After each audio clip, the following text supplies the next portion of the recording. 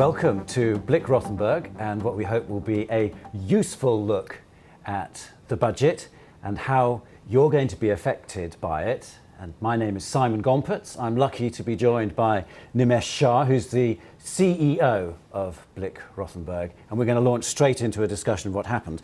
And I think, first of all, everyone wants to know whether they have gained from this. So who are the winners, the gainers, and are there in fact any losers just from what the Chancellor has said in this budget?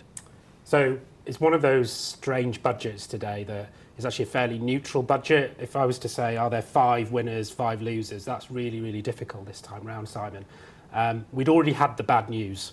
So in the March budget earlier this year, freezing of personal allowances over the next 5 years. So that's going to have a real fiscal drag on people and how much they take home every month. And then only last month, it feels like a lot longer than that, we had the health and social care levy, which is adding 1.25% to national insurance, dividend tax rate, and employers' national insurance. That kicks in from April next year, could leave working families significantly worse off. So this budget wasn't about what was in there, it was actually what wasn't said and what was said before. One highlight is this decision to reduce the rate at which they claw back benefit, universal credit, if people are earning money, the more they earn. But you have to offset that against the cuts in universal credit that we've had. So it's difficult for families to judge how well they've done. Yeah, and this came about through pressure from the Labour opposition to keep the £20 per week universal credit that was introduced during the pandemic. And Rishi Sunak and the government have been adamant that that had to go. The Chancellor today said that this was a budget about working families, helping working families, but it's under the backdrop of inflation, possibly an interest rate increase, depending on what the Bank of England decide to do. They decided to freeze fuel duty. I think they could have gone one step further and reduced the VAT on domestic fuel, but they didn't do that. And again, with that backdrop of next year, when the 1.25% health and social care levy kicks in, a working family, one parent working, earning £62,000 with 2 children, they will be £650 worse off than what they were 10 years ago. That's quite stark. Headline grabbers, alcohol cheaper on the duty, and beer in pubs, and air passenger duty if you're travelling within the UK, that's cut. But how much are those sorts of benefits actually worth? It was an interesting time during that point of the speech where so much time was spent on very niche taxes. He announced this reform on tonnage tax, and now most people won't even know what that is. Air passenger duty, which you mentioned, and alcohol duty. I've never seen a budget where you've spent so much time on such niche taxes. And some of the stuff on alcohol duty was rumoured before, 83 pence off a bottle of sparkling wine. Your pint's going to become cheaper as well. He talked about a complete reform of alcohol duty because it's not fit for purpose. Well, I would argue that the whole tax regime isn't fit for purpose. You need a complete overhaul of the tax system. If he was a brave Chancellor, and I think he wanted to be a brave Chancellor, not at this budget, but had the pandemic not happened, we could have seen a very different last 18 months as far as the economics go. That goes without question. But I think Rishi Sunak wanted to put his stamp on things much sooner. He's just not had the opportunity to do that.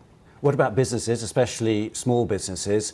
People watching will be saying, you know, my business rate. He did say something about that. He said there'd be a discount for, you know, shops and leisure businesses of 50%. So is that a massive benefit?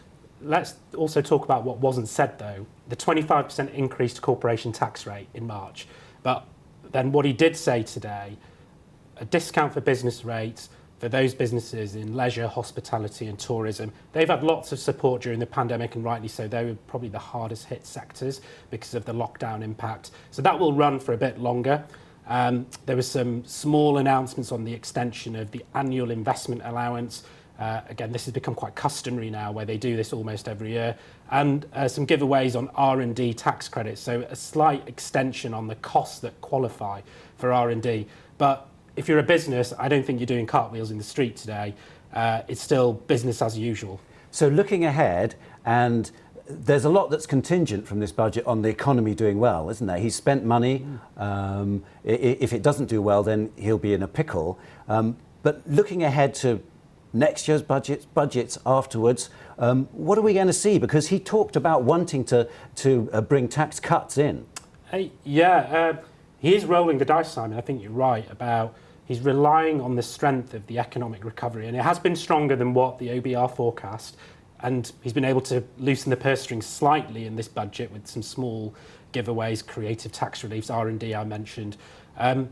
But there have been some elephants in the room. No mention of income tax, national insurance or VAT. The big three taxes, I mean, we've sort of had that already with the health and social care levy.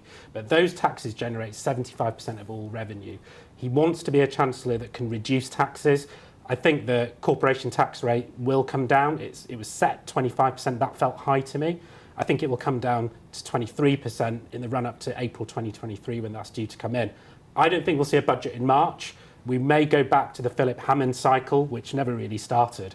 But the next budget we'll see will be in the autumn of next year. And worryingly, we may see that threatened increase to capital gains tax. So that's what everyone has been talking about. When are we going to get that? Because in July last year, he announced a consultation or a review by the OTS.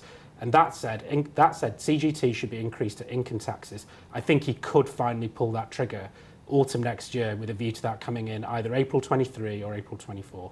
Very interesting. So watch out for big tax changes, maybe bigger tax changes in a budget later on next year. That's all we've got time for. But thank you very much, Nimesh Shah, Chief Executive Officer of Blick Rothenberg. And a reminder before we finish to look at Blick Rothenberg's website, particularly the Autumn Budget Hub, where there's all sorts of advice from experts on what to pick out from this budget, but crucially as well, the tax calculator, where individuals, you can go and see how you've been affected by this autumn's budget.